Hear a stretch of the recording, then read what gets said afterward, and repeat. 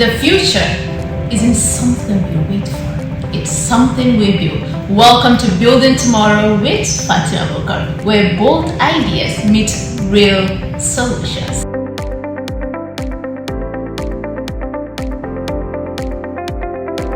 From innovation to leadership, economics to sustainability, we bring together visionaries, change makers, and experts that drive the conversation that shape Nigeria's future.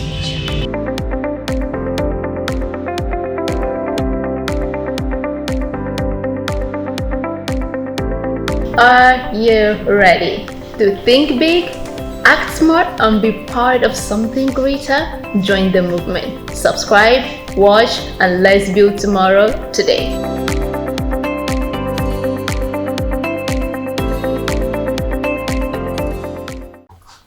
Hello and welcome to another inspiring episode on Building Tomorrow. I am Fatima Bokar. Building Tomorrow is a platform dedicated to sparking impactful conversations and exploring practical solutions to the challenges in our society. It's about equipping individuals with the knowledge, inspiring action, and driving meaningful change through insightful conversations, expert perspectives, and real-life solutions. One conversation at a time. We're going to go on a short break, and when we come back, I want you to remember that your struggles aren't setbacks, they are setups for something greater. Don't you go nowhere, we'll be right back with something therapeutic.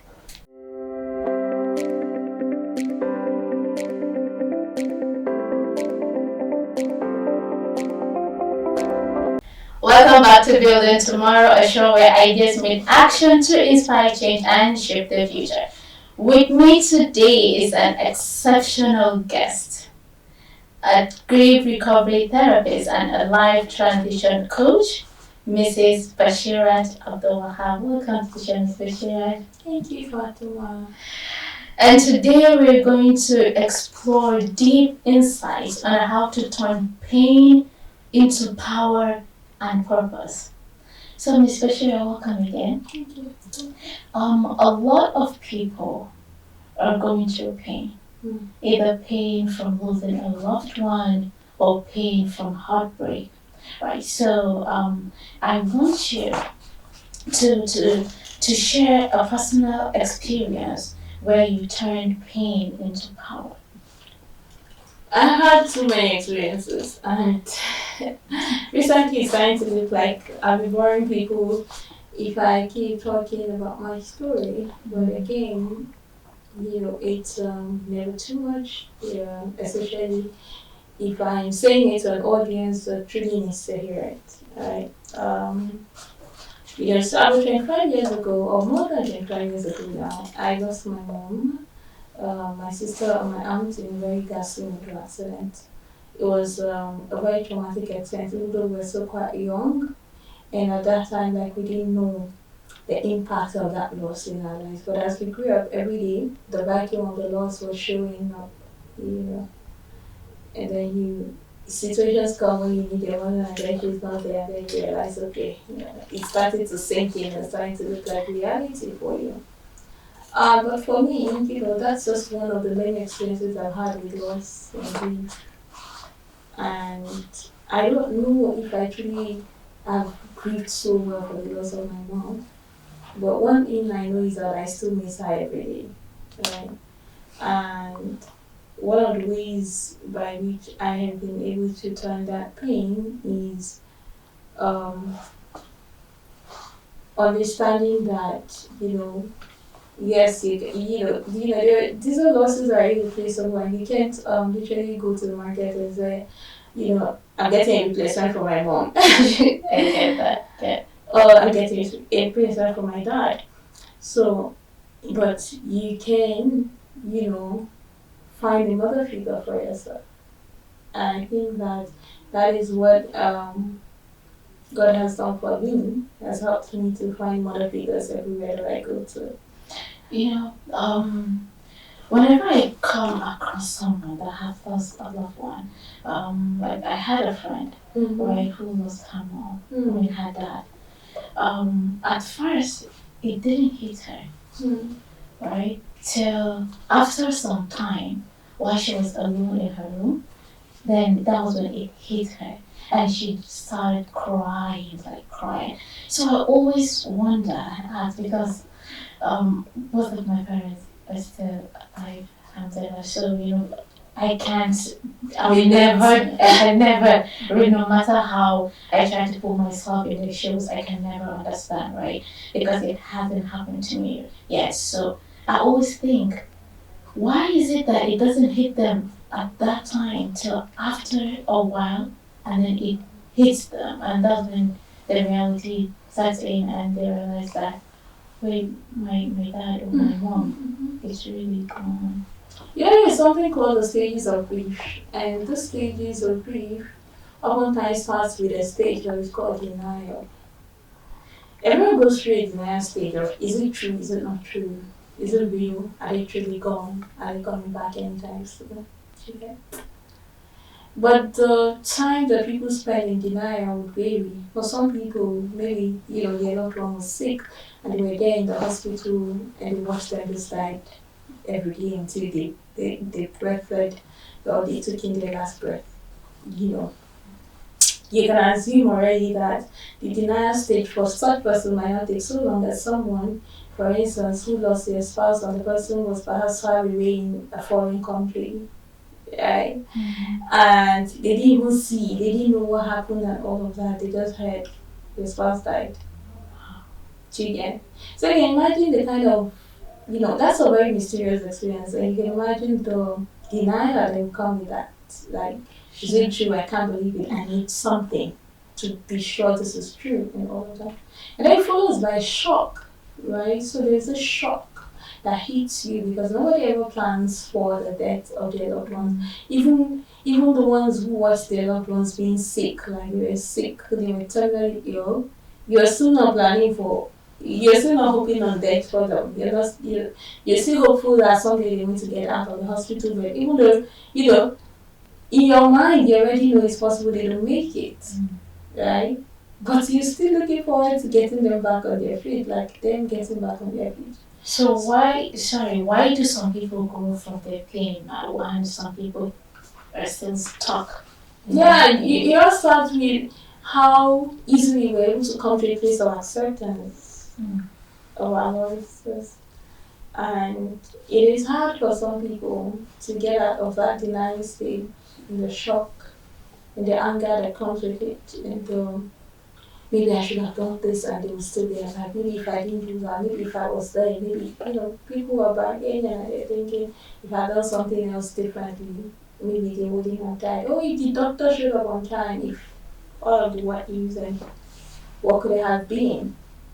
And so many people, last year I worked with a client who had been in denial for like 1 year of the loss of her mom, like literally. For 1 year, she was still not accepting that her mom was dead. She get. And we have people that the denial might not take as long, and we have people that 10 years later, because things happen mysteriously. There was sometimes some guy disappeared. I need this guy back from school, and he disappeared. His parents don't know his family, he has a wife, he's got a child or two, and they didn't, up to now, they don't know where he is. So imagine, you don't know, of course they're grieving, but they don't even know, is he dead, is he alive, wait. They can't communicate, they don't know whatever happened to him, as if he was just kidnapped or ransacked, something, and they don't know. Allah knows. Has he been found? No, not yet. So you can imagine even if they said, okay, let's assume the guy died. How do you think these people will ever come to a place of acceptance? Yeah. So this is just giving you like practical examples of why it seems as if some people really come out fast. And it's not as if those who don't come out fast are terrible at it. Nobody ever teaches you. Life doesn't come with a manual of how to grieve. Right? Sure. And death is something that happens all the time. It's one of the constants in life, but yet nobody ever gets used to losing their loved ones. Nobody ever gets used to losing their loved ones. So how can someone shift, their mindset from victimhood to empowerment? The first thing is to understand that loss is just a part of life, and even Allah is going to test us. trust and belief and fair mind and all of those things. So you have to understand this is a part of life. And this is the things that if so far you're alive and you're breathing, these are the things that are bound to happen. Loss is bound to happen. Well, are there people that don't believe this? Are there people that don't believe that, you're going to die? I know that I have seen people who pray against death. Like, death is not my portion. Oh. But the thing is, you can't run away from it. It's one thing, it's one of the biggest and greatest signs that proves to us that Allah exists. Death. We have nobody ever going to tell you the time, the date, or how it is going to happen. It just happens and proves your plans. So first it is people coming to a place of acceptance and realizing that this is true. It is them also willing to get help and support from loved ones because again, not everybody is open and willing to get help. Sure. Some people have very strong support system close to them, but they're not ready. Again, I've worked with people like that who think, why my husband said you go and see a therapist because I lost my mom. I am not mad. Chicken. I've worked with different kind of people and I'll be like, your husband loves you, that's all. And it's only when someone loves you they realize that, this grief is affecting you in a very bad way or in a very terrible way and I think I need to get help. We have so many men that will lie on the same bed with their wives and they don't even know that whether you slept or you did not sleep, they didn't know. They were sleeping and snoring. Do you get the point? Sure. And they don't, like, you'll be tossing and turning. It's gone, it's sleeping, this thing. When you wake up the following morning and be like, yeah, I didn't sleep last night, and be like, I didn't know. And then some of them don't even care why didn't you sleep. They won't care to ask. So the point I'm trying to raise is like that people love you. So I've spoke about the need for people to come to a place of acceptance and realization. And the truth is that it's the people around them that helps them, bring the reality of the loss to form. And when you come to terms with that reality and you accept the fact that this is true, then you can start to do something about it. But when you're in denial, you're not going to think you're even grieving. You're not going to think that this is starting to make you depressed. You're not going to think that it is starting to traumatize you. For you to now think, okay, maybe I should talk to a professional, a grief therapist or a counselor. So how can grief, how can pain become a stepping stone to discovering one's purpose? Purpose in life, again, as Muslims, we have one major purpose in life. We know it's clear, right? But everyone is going to do so many different things. People follow different paths in order to still live in that major purpose. So the thing is that people need to come home to themselves and know who they are at their core. When, as Muslims, first they need to know what Allah is. Sure. And that's how you can even truly know yourself. You need to know who your creator is. Yes. And our creator, Allah, has described us to us in his book. And he has defined or described to us the kind of challenges we go through and the kind of things we likely experience. And he has told us even how. And he has sent us a messenger to exemplify the message to us and how we can go through all of these things. So you realize that you have to come home to yourself. And I think that's one thing that grief does to you. You just realize all the things you thought were so important weren't so important after all. And then you start to focus on the important things. And then you can define for yourself how you want to show up in life. You can decide who you want to be. You can decide what you want to do. We're going to go on a short break, and when we come back, we're going to discover stories of resilience with Coach Bashirat. Stay tuned.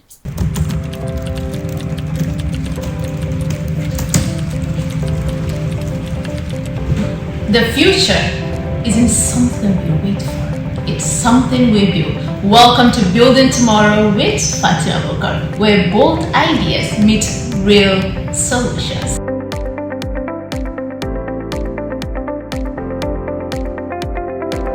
From innovation to leadership, economics to sustainability, we bring together visionaries, change makers, and experts that drive the conversation that shape Nigeria's future.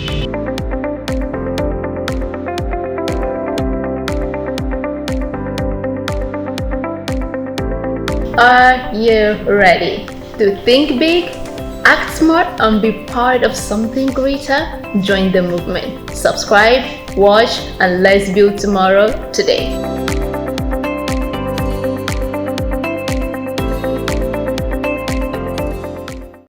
Welcome back to Building Tomorrow, a show where ideas meet action to inspire change and shape the future. If you're just tuning in, today we're exploring deep insights on how to change pain into power and purpose. With me is an exceptional guest, Coach Bashirat ABDULWAHAB. Welcome back, Coach Bashirat. Thank you. So before we went on a break, right?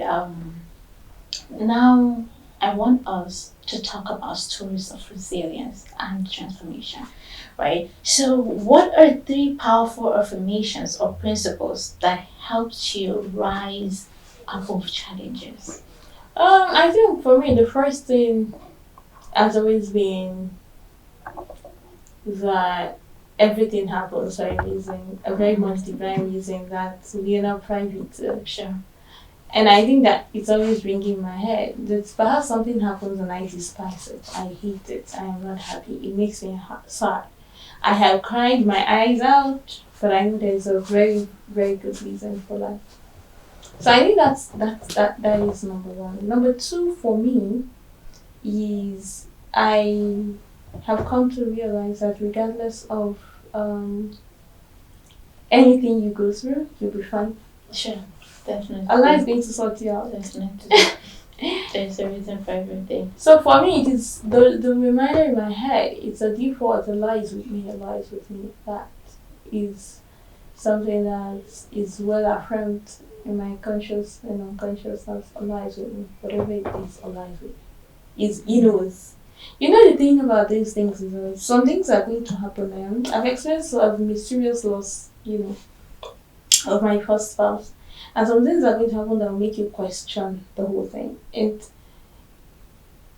one of the tests of it all is the fact that at some point you just need to surrender. You know how things happen and you want to know how, what, why, and all of those things. Sometimes no matter how deep you dig, you will not get an answer. And so you're going to have 1,001 questions and you're not going to get the answers to them. And that is okay, even though it is going to hurt so badly that you truly want to know, but you don't know. And sometimes that is even sometimes Allah's way of protecting us and shielding us from certain things that could harm us, but we're very inquisitive and Allah made us like that. Sure. You want to know what is it, what, how, why. But sometimes the only way you can get closure is that you surrender. I don't know. It was mysterious, but Allah knows in that time. Allah knows in that time. And so that is something that I go with all the time. I've allowed myself the freedom of not wanting to know everything or not continuously trying to probe, because the more you probe, the more you're going to find the things that you really don't want to know. You're going to be broken, you're going to be heartbroken, it's going to hurt you. So yeah, you don't know what Allah knows, that's fine. So I think I'm done with the 3, right? Allah is with me, I don't know what Allah knows. Okay, so if someone is watching this show right now and is going through deep pain, right?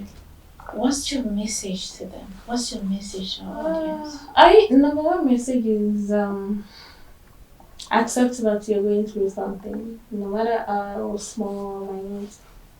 Again here, it's like there's this narrative of, it's subtle, like people are supposed to grieve certain kind of losses, and then there's certain kind of losses you're not supposed to grieve, right? So you have people who lose like their pets, and it hurts them so badly. I know people that cried because their pets died, right? Sure. But typically of our people, you'll be like, it's just a cat, or it's it's just a pigeon or it's just a But there was bird. this connection. There is a connection wherever there is a bond. You know, the relationship you have with someone is what's going to determine or something. It's what's going to determine the grief, the level of grief when you lose a person. So oftentimes, you know, the grief level or the level of pain that you might experience will be determined by one, the relationship with the thing or the person, and two, the circumstances surrounding the loss. Yeah, you know, I spoke about mysterious things and how people can be in denial and all of those things. Yeah. So for people watching me, the first thing is to come to a place of acceptance. You cannot jump that stage. Because the more you stay in denial, then the more difficult it is for you to come out. Sure. You know? Sure. And number two is you need to, when you come to a place of acceptance, you should be willing to help yourself or get help, you know. And sometimes it becomes so overwhelming. So many people can help themselves through grief, you know. They can read self-help books, they can help themselves by grounding themselves, learning skills. I remember those days I used to do lots of reading. Even now I still crochet. It helps me with grounding. So they can get their hearts and minds and hands very busy. They can talk to a loved one that they're comfortable with about what they're going through. And most importantly, they need to take care of themselves. Because you find people neglecting themselves as a result of the loss. Yeah. They become depressed, they lock I themselves was in at a their point rooms. in my life whereby I don't even have my bath or eat or do anything. For I how just long? lock up myself for weeks. I just lock up myself in the room. I didn't even know how my kids were bathed or fed. I just knew somebody was taking care of them. I'm telling you. So people neglect themselves. There's a point where you just feel like nothing makes sense. So why am I even? So, but it is also in that point. And subhanAllah, this is where having strong faith comes in. Because when you have, you know, when the faith is there, walking around, even on days when you just feel like, oh, I'm so done with this, then, you know, Allah reminds you that He's still there. And when you come to that place whereby you've had enough, then that's the time you need to talk. You need to talk. You need to talk. But you don't have to wait until it gets that bad to even talk to someone. So yeah, understand that you can get help. You can talk to a loved one. They understand. This is why it's important to actually talk to a therapist. Yes, this is why it's important to actually talk to a therapist. The first time, and the first ever time I had to engage with a psychiatrist, and in fact I had to be put on medications, antidepressants. So the point of it I'm trying to raise is that you need to get help, but you must be willing to accept the help, because sometimes people around you want to give the help, but you don't want it. People want to come and see you, you don't want to see them. People want to bring you essential things that perhaps you need, you don't want them to come. Then you need them around, you know. So accept the help, you know, be willing to reach out for help and then accept the help. But help yourself. And there's so many things you can do to help yourself, but most importantly, you have to take care of yourself. Does this apply to the heartbreaks that people go through in relationships? Okay. I'm not a relationship expert, so to say that I have a lot of experience with that. But, you know, does it apply? Yeah, maybe they can pick one or two things from there, but I think that you can always redefine what works for you. If the relationship doesn't work, then you may need to move on. And that's fine. But you have to get help where you need help. I think oftentimes that people go into relationships, oftentimes they perhaps even see red flags that it's possible that this thing might be grumpy. But they go in all the way thinking that, oh, I can manage it, I can fix it, it will get better. And then it doesn't get better, it gets worse. So yes, I think that yes, they can also just take some time for themselves. So, with Bashirat, losing your husband, did it change you in any way? Oh, grief changes everyone. There's no one that goes into that deep ocean and then they come back a totally different person. Because there is a way you reprioritize your life. There's a way that you start to look at life differently. Your priorities change. For instance, someone like me, my priorities changed before, what's my business with paying school fees or paying bills, or fueling the generator, I get or procuring electricity token. It was none of my business. Mine was that the bills were being paid. All of a sudden, it became my business. Yeah. That's your life changing in a very big way. And so your priorities change. The things you have to, you think, before maybe you have enough money to go and do shopping every month. You can go and buy the latest super Olandis or whatever.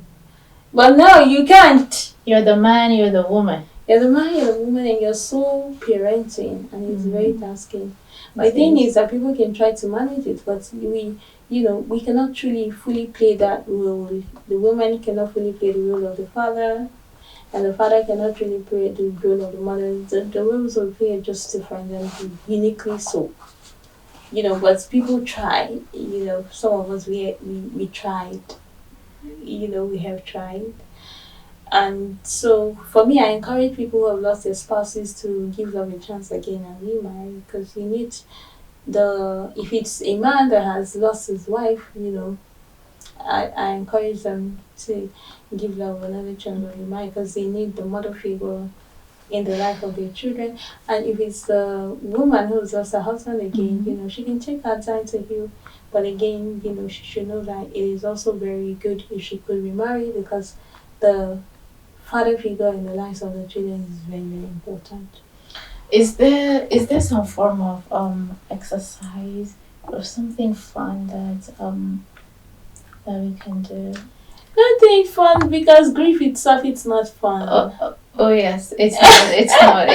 But then so it's heavy thing. Is there something that you can do that can be therapeutic? Something that will just make you forget these things for even if it's just for a second. I think the only thing I can do is take you back to the beautiful memory lanes you had with your loved ones. But if you're talking about activities we can do, what most people in grief actually needs is to understand that their sadness and their joy can coexist. The grief they are feeling and the sorrow can coexist. Meaning that it's possible you lost someone last week and it's still hurting you, but today something happens that is making you happy, being happy. Sure. But we catch ourselves being guilty. I mean, like, are you even serious? Is this what you're supposed to be doing? Are you supposed to be able to? You even ask yourself, are you supposed to be laughing? Like, you're even laughing. But people will even to ask you, like, really? So, but these are, if you're a human being and you're alive, you're most likely going to do what human beings do. So that means it's totally fine too, because I lost a friend, right? And my mom went to the house to pay her condolence to her mother. And when she went, when she came back home, she was telling me that she was really surprised the way she saw the mom. That the mom was wearing a mini, with a bobbed hair, and she was just laughing and smiling as if nothing has happened. So I was like, whoa. Does this woman really mourn her daughter? So thinking about it now, is it normal? It's normal, and it's possible that she was still in the denial stage and she was just trying to put up a face of I'm doing well. Again, we cannot really know what was going on with her until you talk to her, and then we cannot really assume. Because there was a time I went to the house and she was telling me, because I told her that I dreamt about her, And then she was telling me, when she called my name, I didn't even know that she was talking to me until I was so... Okay, because what she said was that, please, when you see her, tell her that, please, I want to see her, even if it's once. So I didn't know that she was talking to me, because that was really odd. Odd. Yeah. And then I was wondering, because she said, since she died, she has never seen her. Like, she had never came to her in her dreams or anything. For me, once or twice, I usually see her. We were friends since, childhood. So when she said that please tell her that I want to see her, even if it's once. I was like, okay, how do I tell her that? So it takes her back to, her being in the denial stage, or her still finding it Exactly. So difficult. it's just it, and it's different for many people. And if it's like this for Bashira, it might be totally different for Nafisa. So again, understanding that the peculiarities for everyone is different and respecting that, I think also is so important instead of us being judgmental. Do you get? So I think the thing you can best bet you can tell her is to make the act, to pray to Allah to show her daughter. She wants to see. People are curious to know what is going on with my loved one. Sure, over there. Over there. The life of the Barizak is the. For me, I think it's the toughest part of existence. You don't know where they are. You don't know what's going on with them. You don't know, are they at peace or are they going through some form of punishment? It's so mysterious. So it is so hard, and people want to know, is my loved one in a good state? Is Allah pleased with them? Are they okay? And but even when we don't see a sign, it's important for us to keep praying for them. Sure. Yeah, sure. And we can hope that the barakah of the prayers, the charity that we give, all of that will make them, and it will be a blessing for them. Bismillah. So yeah. Do you want us to do the exercise? Oh, please. I guess I don't know. One of the things I ask people is, what's the color of your grief? Oh. Yeah. Is it red? Is it blue? What's the color of your grief? You lost your friend, so what's the color? Is it red? Is it blue? Is it black? Is it yellow? Is it dark blue? I think I'll say black. Because I still have this jotter, right, that I use it to write my goals, right? And anytime, because of course it's always with me, and anytime I see it, it has her name and her picture on it that was shared, from her family, and anytime I see it, it wakens me like so much, and my aspirations and my goals and the ambition, everything, it makes me feel like, are all of this worth it? So I think after all, yeah, and I keep thinking, and anytime I see her daughter, it's really beautiful. It's really beautiful. So yeah, I don't think one can ever move on from grief. Oh, do people move on from grief though? But can people move forward? Yes. Yes, they can move forward. Yeah. Yeah, just like you're here, you've moved forward with life. Yeah, but that doesn't mean that you don't remember her, you don't like her, you're not praying for her, but you moved forward. Yeah, and that is the most important thing anyone needs to do for themselves. Today you're going to feel like you don't want to do anything. But if there is one thing you can do today to move forward, please do it. Your loved one would love for you to not be in one place. So what does the color symbolize? This blue, black? Yeah, okay. Black,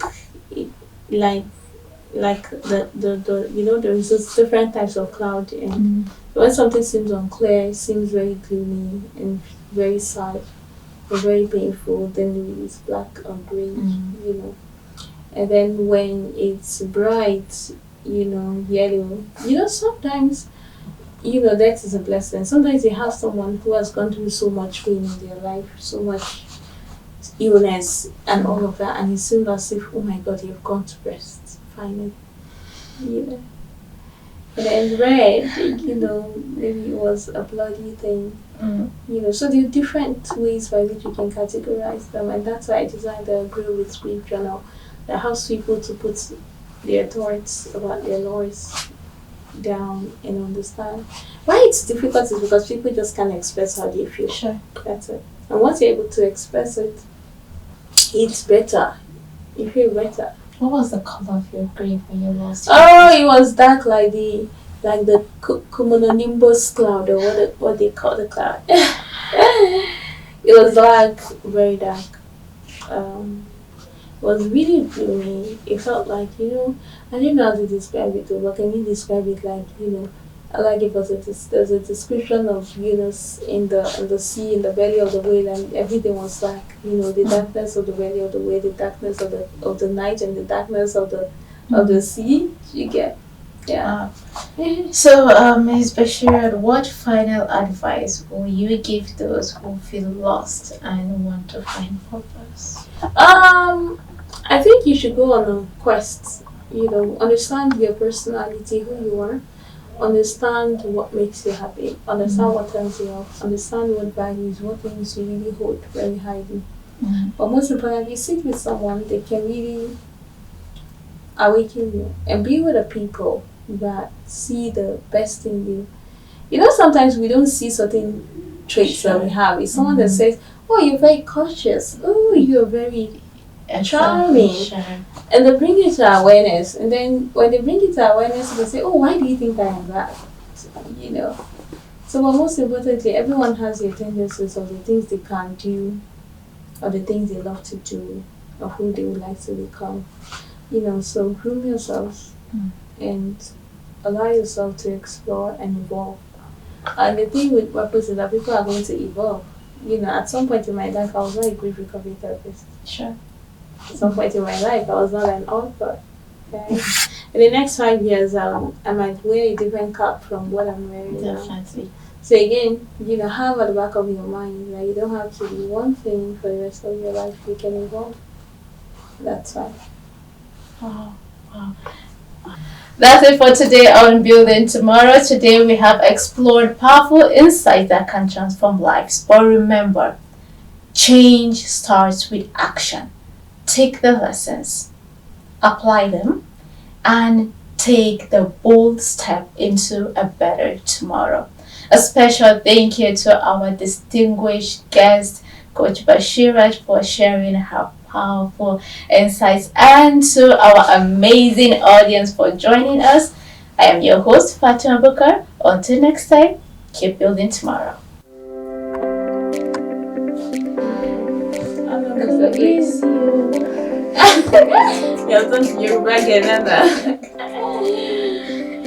I told you earlier, I said everyone needs to choose their heart. Nothing is easy.